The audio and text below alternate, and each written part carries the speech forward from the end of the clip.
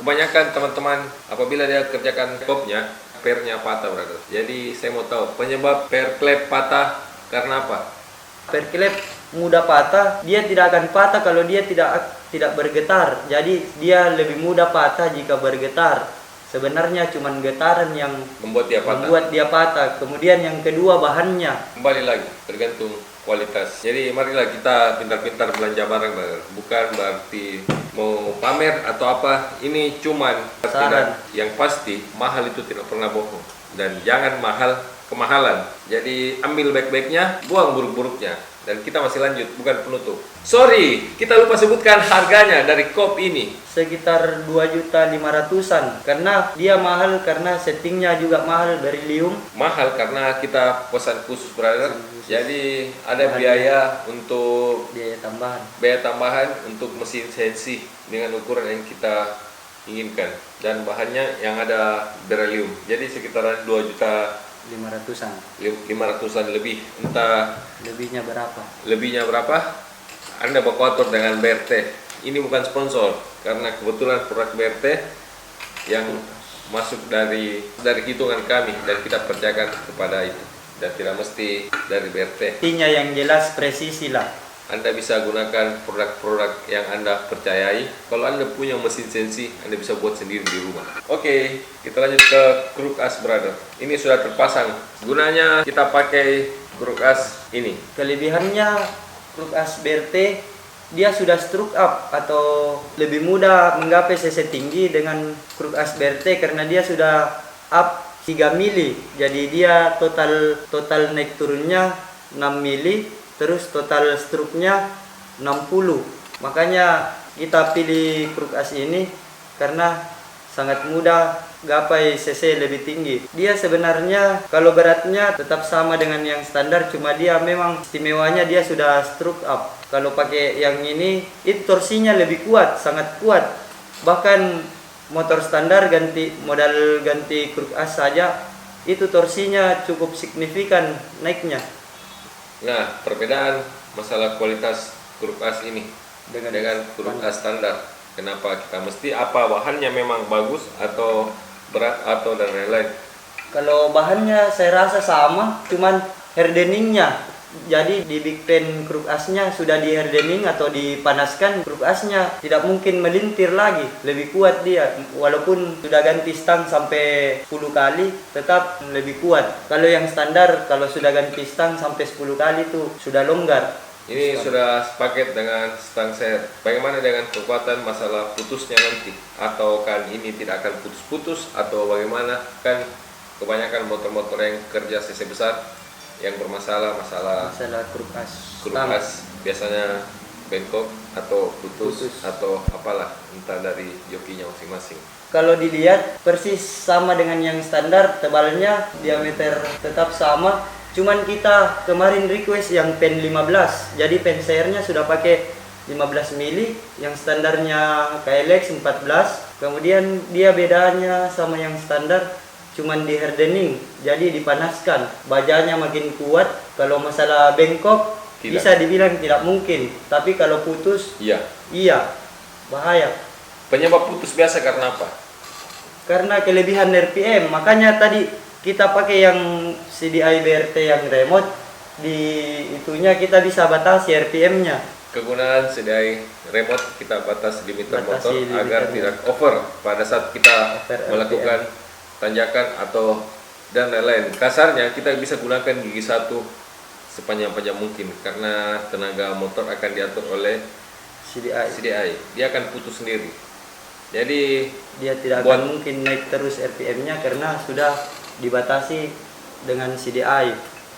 Jadi buat teman-teman yang salah sangka selama ini, kalau kalian pakai CDI Shogun yang tanpa limiter dan untuk memakai di dunia adventure itu sangat berbahaya brother. Karena kadang kita lupa RPM-nya sangat tinggi. Karena RPM tidak akan putus. Nah itu di situ dia penyebab selalu stang putus, per putus. Jadi buat teman-teman yang belum mengerti, saya sampaikan kalau CDI tanpa limiter itu bagus dan ternyata Tidak, brother. sangat fatal, sangat Sangat. berbahaya. Karena batas kemampuan partnya, mulai stangnya, pistonnya, dia memang di setup sampai 10.800. Jadi lebih dari itu dealer lepas tangan. Dealer ciptakan motor KLX dengan aman, maka dari itu adanya CDI remote yang membatasi masing-masing RPM. Oke, ini khusus buat rider-rider baru. Kalau buat para pembalap yang senior, biar dia tidak pakai batasan, dia mengerti mesinnya, brother. Jadi untuk kayak saya pribadi dan teman-teman masih takut gunakan itu. Dan kita lanjut, rahasia dari motor ini ada apa? Ini dia yang saya pegang dari tadi. Ini namanya magnet Kit. di KLX King. Perbedaan dengan KLX Monster, dia menggunakan magnet kit, brother, yang kita sudah modifikasi agar RPM lebih cepat, starter tangan ada, pengisian buat aki ada, bisa pakai lampu dan aman, insya Allah aman. Yang membedakan dengan magnet standar, yang pertama diameternya dia lebih kecil, dan pastinya kalau lebih kecil dia lebih ringan, makanya RPM lebih mudah digapai sekitar 13 ribuan, karena kita setting ini batas putarannya di 13.000 RPM, jadi dia lebih cepat. Jadi kebanyakan yang pakai magnet kit selama ini buat KLX, dia hanya kejar RPM tapi dia hiraukan masalah larinya atau torsinya, brother. Dan ini bisa dipesan khusus, hubungi kita di Instagram Crosser Makassar. Nanti kita akan berikan solusi-solusi pada motor Anda apabila kalian mau pakai magnet kit dengan starter tangan ada, pakai lampu dan pengisian aktif. Nah, ini dia punya, brother. Kita sudah modifikasi dengan kita membuat magnet kit. Kisaran ongkos membuat magnet kit di KLX kisaran berapa kira-kira? 5 jutaan. 5 jutaan, brother. 5 jutaan. Jadi kita sebutkan custom-customnya di sini untuk mengubah magnet kit agar dia tetap mengisi, tetap berfungsi dengan baik. Ini crankcase-nya kita hanya perbesar pada crankcase ini, brother, agar sehernya bisa masuk ke sini. Dan ini sementara kita pakai bearing standar, bukan Koito. Di KLX Monster dia pakai bearing Koito, tapi katanya pengaruhnya tidak terlalu banyak, jadi kita coba dulu pakai bearing standar. Nah, masalah klep ternyata kita lupa. Klep yang sangat penting selama ini, brother, karena klep bawaan BRT kita tidak pernah pakai karena dia kirim klep ukuran AA dan itu paling sering putus. Pihak BRT tolong agar kirimkan kami klep AB agar semua bisa terpakai dan kita tidak membeli lagi untuk klep khusus. Kita beli klep ini, brother, dan yang semestinya kita tidak usah beli lagi karena ini sudah bagian dari paket BRT yang dia kirimkan ukuran AA. Ini dia ukuran klep AA. Kenapa kita tidak pakai tipe AA?